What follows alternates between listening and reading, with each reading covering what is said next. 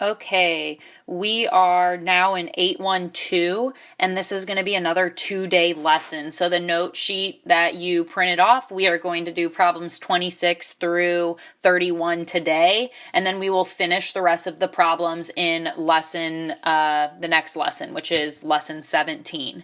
Okay, so here we go. We're going to continue to look at graphs of polynomials using the knowledge that we gained in 811, and we are going to kind of be asked some questions that are going to make us think a little bit, compare and contrast, and continue to work toward mastery of what polynomials higher than degree 2 look like graphically. So the introduction says, today you will use what you learned in the polynomial function investigation in lesson 811 to respond to some questions.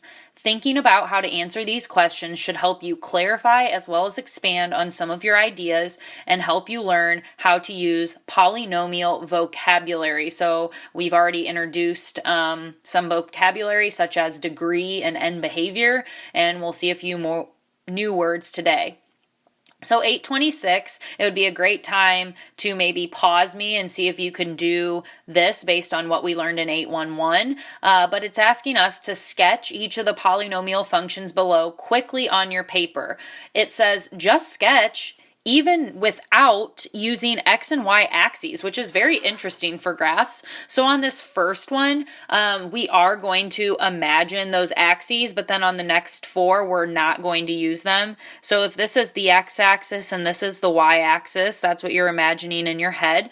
How are we quickly going to do this? Well, again, we have to think about 2 things. We have to think about the degree, which in this case would be 3, and we have to think about the end behavior based on the degree, which is going to be opposites, and because there's no negative, we're thinking about the normal cubic function that starts with a downward arrow and ends with an upward arrow. So then if we look at our x-intercepts, what are the x-intercepts going to be? Well, we know there's going to be one at -10, one at -7, and then one at +12. So then we are going to use our knowledge of opposite end behavior, and we're going to draw in our graph to look something like this. Okay, so now we're going to try the next few without any axes. So on this letter B, okay, we see that we have degree 4. So that is going to make the end behavior be the same, and we have no negative, so it's going to be like a normal parabola, up, up. And we are going to think about, we have -6, -3, 5, and 8. So -6, -3, 5, and 8. And we want to keep our end behavior matching the up, up trend. So we have kind of that W shape taking place, which is what most 4th degree polynomials are going to look like. On C, okay, we have to take note that there is a negative out front, so we know that that doesn't affect the degree necessarily, so the degree is 4, but then the end behavior, when we have an even degree, it's going to be the same, but the negative is going to flip the norm, so we have down, down. So our x-intercepts are -4, -2, 6, and 10, -4, -2, and then we skip some 6 and 10, and we need to start with that downward arrow. Okay, so in this case, we still probably have that same shape as letter B, but it's upside down, so instead of a W, we're going to maybe call that an M shape.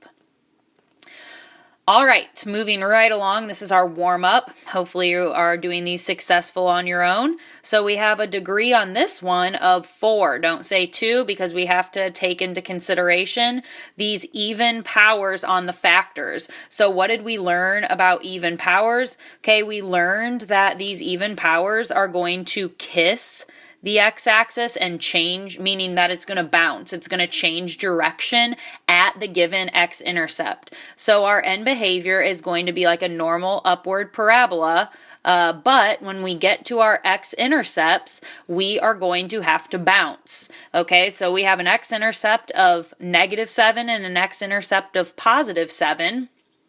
And we are going to start with an upward arrow, but instead of cutting through the -7, we are going to bounce in the opposite direction, and then we're going to bounce again in the opposite direction, and that is what is going to get us back to that double up arrow. So when we have an even exponent, that is going to act as a minimum or maximum of a peak or a valley. Okay? And on this final one, whoa, we have how many factors? We have 5 factors, all of the first power, so the degree is going to be 5. So our end behavior, because there's no negative, is going to be like a normal cubic parent function. So if we picture graphing in our intercepts, we have -6, -3, +5, +8, +12. Okay, and so we need to start with our down arrow. There is going to be no bouncing or kissing going on, so the peaks and valleys should not be occurring at our x-intercepts, and that would be the general shape of the graph. Okay, so there is a good warm-up from 811 to see how you're doing with that material. So now, okay, we are going to consider the work that we did in 811 problem 2, which was actually day 1, so 2 lessons ago. And we're going to answer the following questions, okay? These lead to some key ideas. So what do we think is the maximum number of roots? Okay, now what does roots mean again? The word roots is the same word for x-intercept, which is also another word for 0. Okay, so, or zeros. So we need to know all those 3 words mean the same thing. So what is the largest number of x-intercepts that a polynomial of degree 3 can have? Okay, well, we can picture a polynomial of degree 3 as being like x plus a times x plus b times x plus c, where a, b, and c can be numbers, whether they're positive or negative. So in this case, how many x-intercepts would there be? There would be 3. Now if I added another factor in, if I added something in front here, and I said x plus d, would that still be degree 3? No, it would not. Okay, so I think that the maximum number that we could have in a third degree polynomial would be 3 roots. Okay, and what might that look like? If I draw my x and y axis in, then in this example, I have 1, 2, 3 roots. Okay, now could it have fewer than 3 roots? It certainly could. Okay, now what if I wrote something in like x plus a squared times x plus b? That is degree 3, but the squared is going to cause one of the 2 roots to kiss, so there's only going to be 2. What if I had x plus a? Sorry, I'm getting sloppy. X plus a cubed. That is third degree, but how many roots are there going to be? 1. So maximum is the key word here. It doesn't have to have 3 x-intercepts, but it could.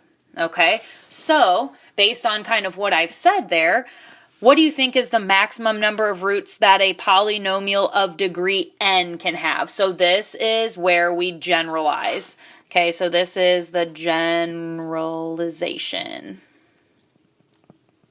So when we generalize, we use letters to represent any degree. Okay, so the maximum number of x-intercepts that a polynomial could have of nth degree would be n roots. So if we have a 5th degree polynomial, it can have no more than 5 x-intercepts. It could have 4, 3, 2, 1, but it's going to have no more than 5. Okay, so we say an nth degree polynomial can have at most n roots. Okay, now, key idea. Can a polynomial of degree n have fewer than n roots? Of course it can. Yes, it certainly can. Think of x cubed, the parent function. That's degree 3. How many roots are there? 1. It crosses the origin, and that's it. Okay, so what are the conditions that would cause it to have fewer than n roots? If any factors are repeated.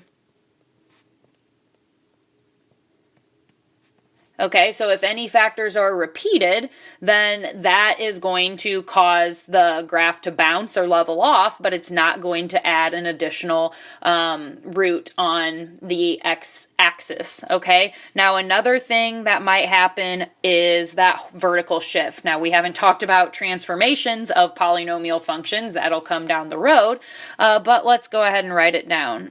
Or if the graph is shifted above the x-axis. Okay, so think if we take that W shape that we did in our warm-up and we just shift it so that all of the valleys are above the x-axis, then it's not going to have any roots, okay, which is an interesting case, but we'll save that for later. Okay, so now what we're going to do on 28 is for each polynomial that we are given, let's think about the minimum degree that the equation could have. Okay, so in this case, we are going to consider and think about, or we're going to kind of ignore, I guess I would say, the shifting vertically above or below the x-axis. So if we look at this first graph here, number 1, and we draw, and you want to draw these pictures as well, a line kind of through the peaks and the valleys, okay, we see that the end behavior is certainly going to make it be an odd degree. So if we're kind of picking this apart, we know that it's going to be an odd degree because of the opposite end behavior. And we know it can't be 1 because it's not linear, it's curved. So when we look at the number of changes kind of in, I don't want to say necessarily direction, but if you look, you see that you have how many roots here? You would have 3 roots. So we would say degree 3 would be the minimum, okay? Now, depending on where that axis is, maybe if our axis is just skimming the second valley, maybe that could be something like degree 5, okay? Because certain factors are being repeated. Now, on this next one, if we picture, we see the shape of a parabola, and what do we automatically think with a parabola? Quadratic. And what is the degree of a quadratic? It's the second degree. Okay? Now, then we get to 3, and we see that there are many changes in direction, okay, but I'm getting a little ahead of myself. We see that the end behavior is the same, just like number 2, so we knew number 2 had to be even, and we knew number 3 has to be even as well, because the end behavior is the same, okay, but how are we going to get all these changes in direction? It is certainly not just a parabola, okay, we see that we would have to have at least 4 kind of changes going on, so we would say that it's degree 4. Now that does not mean, remember, that there are 4 roots necessarily, okay, because there could be repeated roots, but the minimum degree would be degree 4. All right, so then from here, we can think about drawing in some sort of x-axis. We notice that the end behavior is opposite, so we see that this would be an odd function, and actually we see it's up and then down, so it would be kind of the opposite orientation than the parent graph of x cubed, but we look and we see 1, 2, 3, 4, 5. We would need at minimum the degree of 5. Okay, so now let's answer some questions. Which of the graphs above show that the x values get very large as the y values continue to get large?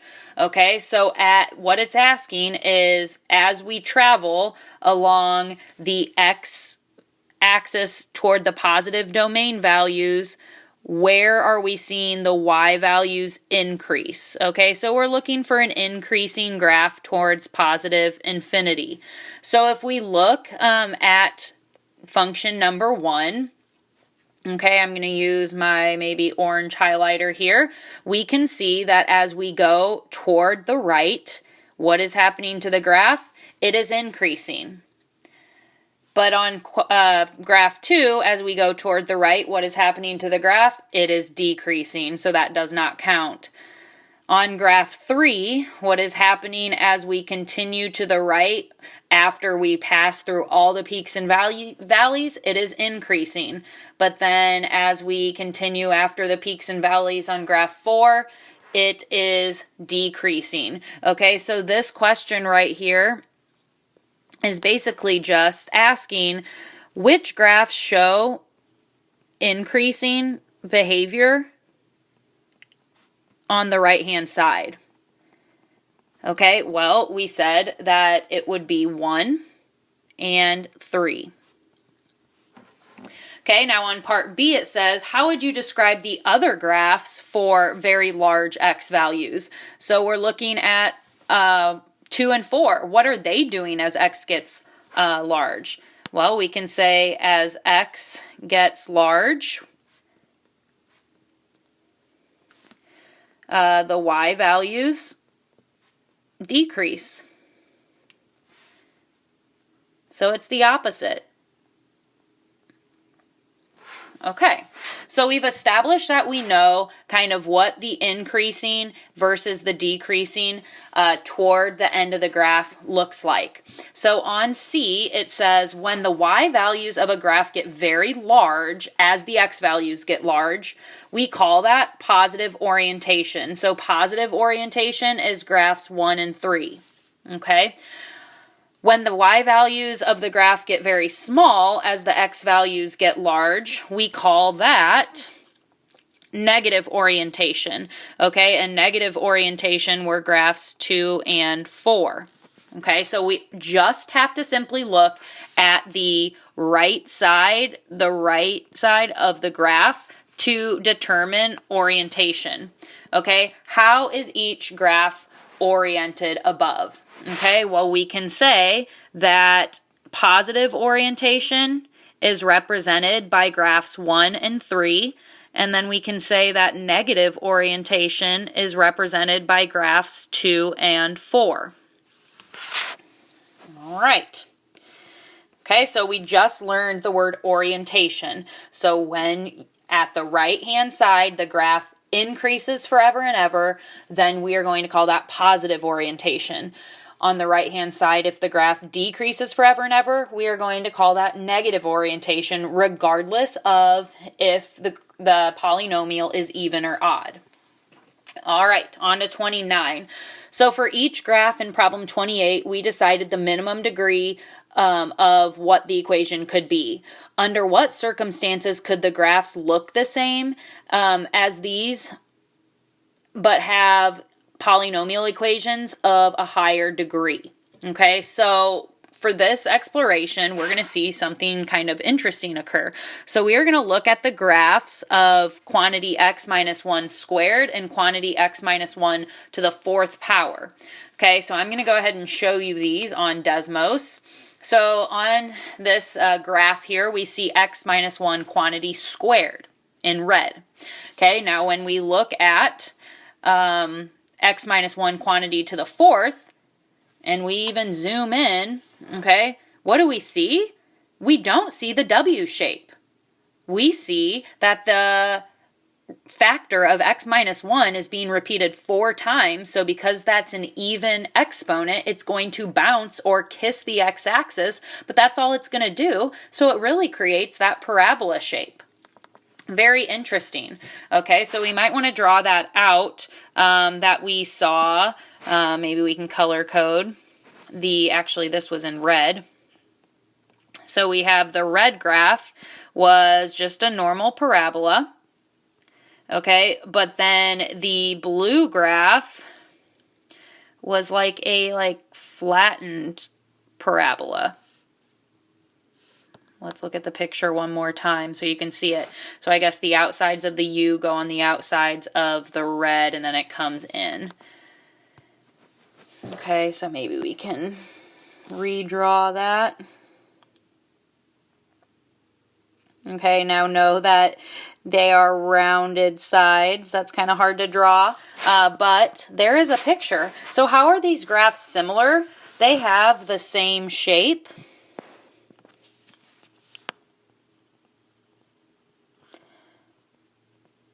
And they have the same end behavior, up, up. Okay, which isn't shocking because they both have an even exponent and nothing negative out front. Okay, but how do they differ? How they differ is that we see that x minus 1 to the 4th power is going to, it flattens out. Okay, and it is, we'll say, is steeper. Okay, we can see that it increases at a much quicker rate at those end behaviors. So could the equation for graph 2 in the previous problem have a degree of 4? Okay, so if we go up, we see that graph 2 is the parabola-like shape here. That's what graph 2 was. So could it? The answer is yes, it could. Okay, maybe it is something like negative x plus b, whatever b is, that's a number, to the 4th power. Okay, because that would be very similar to x minus 1 to the 4th power, but why did I put that negative there? Because the graph on number 2 is upside down. All right, so just getting you to kind of think of some general format. Now, could that same graph, could this have a degree of 5? The answer is no. Why is the answer no? Okay, because it needs opposite end behavior. And an upside down parabola does not have opposite end behavior. So that is very important. So now we want to also use our graphing calculator to determine how the graph of x to the 3rd and x to the 5th are similar or different. Now, sorry, I did not get these prepared, so I'm going to go ahead and type them in quickly. Y equals x to the 3rd looks like this. And then we have y equals x to the 5th, okay, is in that purplish looking color. Okay, so again, the higher the exponent, the flatter it gets at the root, but then it continues steeper, okay, than the graph at the lower exponent. So it's kind of the same idea here. So if we want to try to draw it out, what were my colors? Green and purple. So x cubed was in green. So we have our parent function x cubed. And then we have in purple our function that is going to flatten out more, but then it's going to get steeper. Okay, so we see that when we look at number D, again, we have the same shape slash end behavior, EB. Okay, and then we again see that x to the 5th, the higher exponent, flattens, but is steeper. Is steeper with, I feel like it's with 2 E's. I don't have you spelling masters out there. Okay, whoops. There we go. So it's the same idea, but we're looking at an odd power versus an even power. Lots of exploration has to be done in order to kind of get these concepts mastered. So then finally we have E that says, how do the shapes of the graphs of y equals x minus 2 cubed and x plus 1 to the 5th with repeated factors differ from the shapes of graphs of equations that have 3 or 5 different factors? Okay, so that's kind of a really wordy question, but it's saying, okay, this is degree 3, but this is also degree 3. Or we look at a 5th degree, but this is also 5th degree.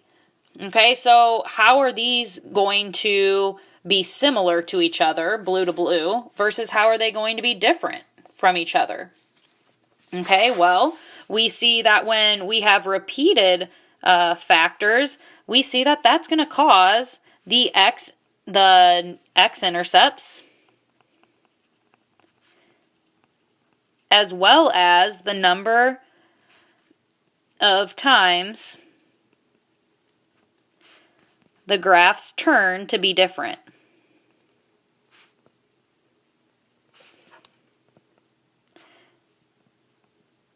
Okay, so in these two cases, because our exponent's odd, okay, we're going to cross over the x-axis once, we're going to flatten out a little bit, but continue upward forever. But then in these cases here, okay, we see that we are going to cross the x-axis at 3 different places or 5 different places rather than 1. And so then when we cross and then have to change direction, that's going to introduce peaks and valleys versus just one direction the entire time.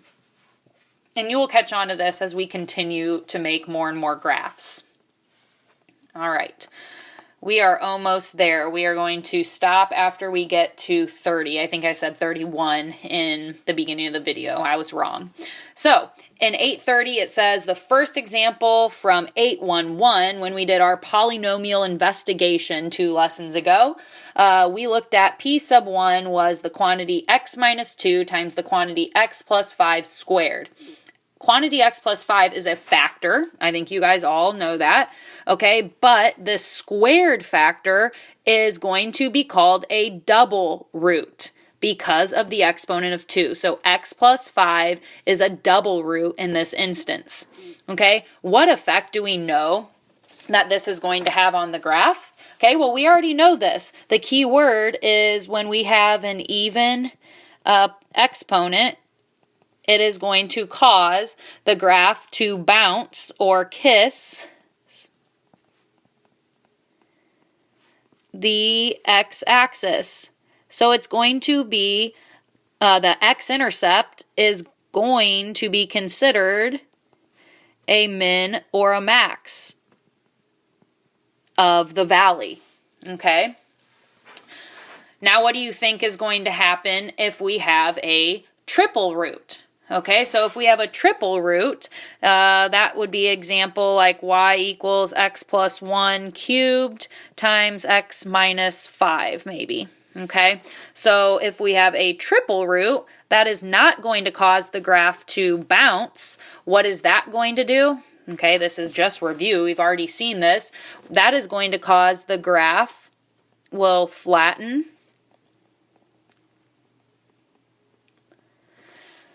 as it passes through the x-intercept, that particular one. So the graph would flatten in this case at -1, but then it would do normal behavior through -5 because, or sorry, +5 because that does not have an exponent that is odd greater than 1. Okay, so that's a great kind of way to summarize one big fact that we've learned over the past 2 days. We are going to leave off here for day 1, and then we are going to pick up with tomorrow an interesting kind of model to help us think about graphs of polynomial functions, as you can see if you scroll down below here. All right, so keep working hard, keep asking me questions, and we will pick up with the next day on lesson 17.